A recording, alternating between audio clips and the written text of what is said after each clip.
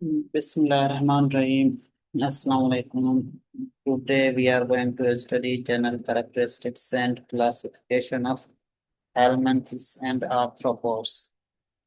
So let's start our topic.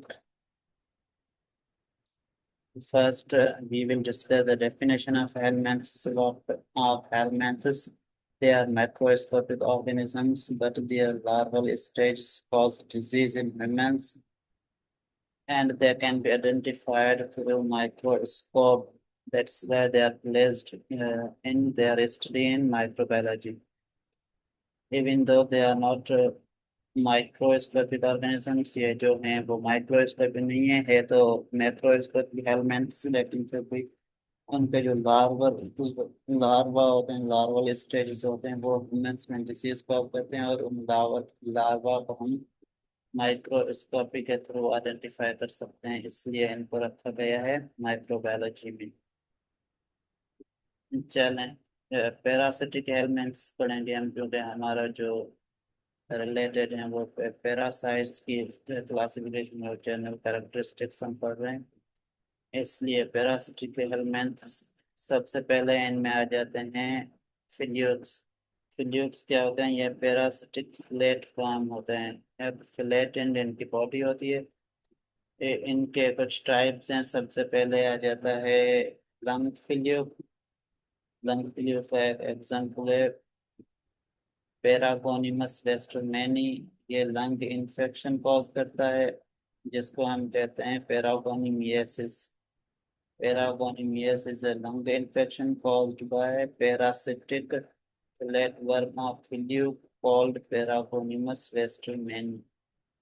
दूसरे इसके types हैं लिवर फ्लूक्स। ये तो बहुत आम है, जो कॉमन है, जिसका एग्जाम्पल एक है फेशियल हेपाटिका। अभी एक और भी लिवर फ्लूक है, लेकिन अभी हम एक एग्जाम्पल पढ़ रहे हैं, उसका नाम है फेशुला हेपाटिका। ये एक पैरासिटिक फ्लैटवर्म है, या अ, है फ्लूक है, जो कि लिवर में रहता है, इसी लिवर में कॉज करता है, लिवर इन्फेक्शन कॉज करता है, इसलिए हम लिवर फ्लूक इसे कहते हैं।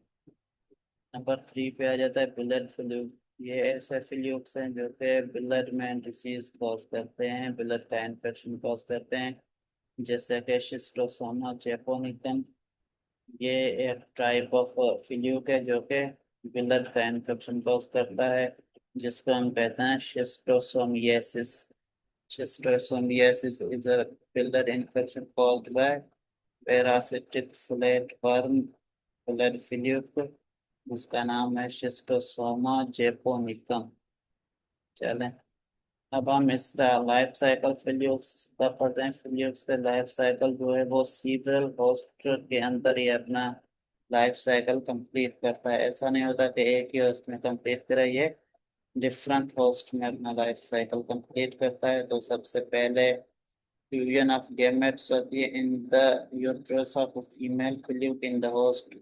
जो इसका पहला होस्ट होता है उसके अंदर इनकी क्या होती है, गैमेट्स की फ्यूजन होती है। उसमें मेल रहता है और फीमेल रहते हैं, इसलिए इसकी वहाँ पे फीमेल की जो होती है, यूट्रस फीमेल का होता है, उसमें इसकी गैमेट्स की फर्टिलाइजेशन होती है। उसके बाद एग बनता है। अब वो फर्टिलाइज एग जो है, एग फर्टिलाइज्ड होता है वो जब होस्ट स्टूल पास करता है, तो उसके स्टूल के थ्रू वो फीसिस के फॉर्म में, फीसिस के साथ वाटर में रिलीज हो जाता है। सबसे पहले क्या हुआ, यूनियन ऑफ गैमेट्स हुई। कहाँ पे हुई? यूट्रस ऑफ फीमेल फ्लूक, जो कि किसी होस्ट में रह रही है, उसमें फ्यूजन ऑफ गैमेट हुई, एग और जो है स्पर्म में, उसकी हुई फ्यूजन। अब फर्टिलाइज एग क्या हुआ, जब इस होस्ट ने स्टूल पास किया, तो इस होस्ट के स्टूल में या फेसिस के थ्रू ये फर्टिलाइज एग वाटर में रिलीज हो गया। अब जब वो कंटामिनेटेड वाटर कोई जानवर या इंसान पिएगा, तो वो fertilized egg reaches the host body intestine and develop into mature flukes। अब जब ये contaminated water water that is contaminated with fertilized egg of fluke worm, वो किसी जानवर या किसी इंसान ने पिया तो वो डाइजेस्टिव ट्रैक्ट के थ्रू होस्ट के इंटेस्टाइन में आएगा और वहीं पे वो मेच्योर फ्लूइड में डेवलप होगा। तो इसमें एक होस्ट में इसकी एक की फर्टिलाइजेशन हुई, दूसरे होस्ट में एक मेच्योर फ्लूइड में वह कन्वर्ट हुआ, तो इसे हम इसलिए कहते हैं कि दिस इन्वॉल्व्स सीवरल होस्ट्स। उसके बाद लिवर फ्लूइड का जो है स्ट्रक्चर देख लेते हैं, फिर कैरेक्टरिस्टिक्स देख लें। They are हर्मेफ्रोडाइट्स। हर्मेफ्रोडाइट्स की मीनिंग होती है ऐसे इनकी ऐसी स्ट्रक्चर होती है जिसमें फीमेल और मेल रिप्रोडक्टिव पार्ट एक ही बॉडी में मौजूद हो, यानी इन्हें दूसरे किसी पार्टनर की रिक्वायरमेंट नहीं होती। ऐसे एनिमल्स या ऐसे ऑर्गेनिज्म जिनको दूसरे पार्टनर की रिक्वायरमेंट नहीं होती या उनका मेल और female reproductive and sexual part एक ही बॉडी में मौजूद हो तो उसे हम कहते हैं हर्मेफ्रोडाइट्स। उसके बाद इनके पास सक्कर्स होते हैं जिसके साथ ये फूड हासिल करते हैं या खून चूसते हैं जिस होस्ट में रहते हैं उसका। और इनके पास कोई डेवलप्ड एक्सक्रीटरी सिस्टम नहीं होता, जस्ट एक्सक्रीटरी पोर होता है जिसके थ्रू ये अनवांटेड मटेरियल को एक्सक्रीट आउट कर देते हैं। ये देखना स्ट्रक्चर इसका माउथ है, उसके पास सक्कर है, हेड है, ये जेनिटल ओपनिंग है जहाँ से एग रिलीज होगा। वेंट्रल सक्कर है इसकी बॉडी है और ये इसका एक्सक्रीटरी पोर है। ये फेशियला हेपाटिका है जो कि एक लिवर फ्लूइड है, उसकी लिवर में इंफेक्शन कॉज करता है। उसकी स्ट्रक्चर है फ्लैटेंड या ओवल शेप इसकी स्ट्रक्चर होती है। This was all about fluids जो कि एक पैरासिटिक एलिमेंट इसका टाइप था। अब आगे चलते हैं। Tape worms. Tape worms number 2 पे आ जाते हैं। ये क्या है? Parasitic flat parasitic ribbon like worms होते हैं, यानी रिबन लाइक होते हैं, यानी ऐसे ऐसे इनकी बॉडी होगी, इनकी बॉडी सेगमेंटेड होती है और कॉइल्ड शेप होती है, इसलिए इन्हें कहते हैं इसे रिबन। इसके भी कुछ टाइप्स हैं। सबसे पहले है इंटेस्टिनल टैपवर्म। ऐसे टैपवर्म जो कि इंटेस्टाइन में रहें, जैसे कि टीनिया सेटिनिटा, जिसे हम बीफ टैपवर्म भी कहते हैं, ये बीफ में रहता है टीनिया सेचिनेटा। वो क्या कॉज करता है? वो इंटेस्टिनल डायरिया कॉज करता है। दूसरा इसका टाइप है इन्वेसिव लार्वल टैपवर्म। ये इन्वेसिव हम इसलिए कहते हैं क्योंकि ये टिश्यूज के अंदर इन्वेट करता है, ठीक है। ये सिर्फ इंटेस्टाइन में रहता है, लेकिन ये इन्वेसिव लार्वल टैपवर्म टिश्यू के अंदर इन्वेट कर जाता है। तो इसका एक टाइप है अकाइनोकोकस ग्रेन्युलोसस, इसका ये टाइप है। ये क्या कॉज करता है? ये लीवर के टिश्यूज को इन्वेट करता है। पहले मैंने बताया इन्वेसिव का मतलब होता है कोई इन्वेट कर जाए बॉडी के अंदर, टिश्यूज के अंदर इन्वेट कर जाए, उसे इन्वेट उसे हम कहते हैं इन्वेसिव लार्वल ट्रैपवर्म। अब इनके स्ट्रक्चर आप देख लें, ये रिपिन लाइक और सेगमेंटेड इनकी बॉडी होती है। इनके पास इनका जो माउथ होता है उसको कहते हैं स्कोलेक्स। स्कोलेक्स क्या कहते हैं? इनके माउथ को कहते हैं। उसके बाद नेक होता है। नेक के बाद इनके भी यहाँ एक रिप्रोडक्टिव आर्गन होता है जिसे हम प्रोग्लोटिड्स कहते हैं। अब यहाँ पे देखें ये ग्रेविड प्रोग्लोटिड्स है, उसके बाद आगे चल के ये यहाँ पे मेच्योर हो जाएगा प्रोग्लोटिड्स। इनकी जो रिप्रोडक्शन इनकी भी एक ही बॉडी में होती है, लेकिन ये सीवरल होस्ट इन्वॉल्व नहीं होते इसमें। इसकी रिप्रोडक्टिव जो आर्गन है उसे हम प्रोग्लोटिड्स कहते हैं। उसके बाद आ जाते हैं राउंड वर्म।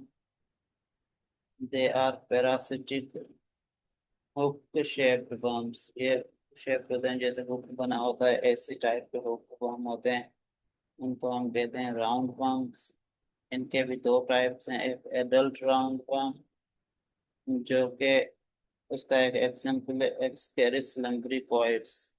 ये बहुत ही कॉमन इन्फेक्शन होता है, इसमें डायरिया वगैरह हो जाता है। और जो इन्फेक्शन ये काज करता है उसे हम कहते हैं एस्केरियासिस। ये याद रखना है, एस्केरिस लम्ब्रिकॉइड्स कॉज करता है एस्केरियासिस, जो है इंटेस्टिनल इन्फेक्शन।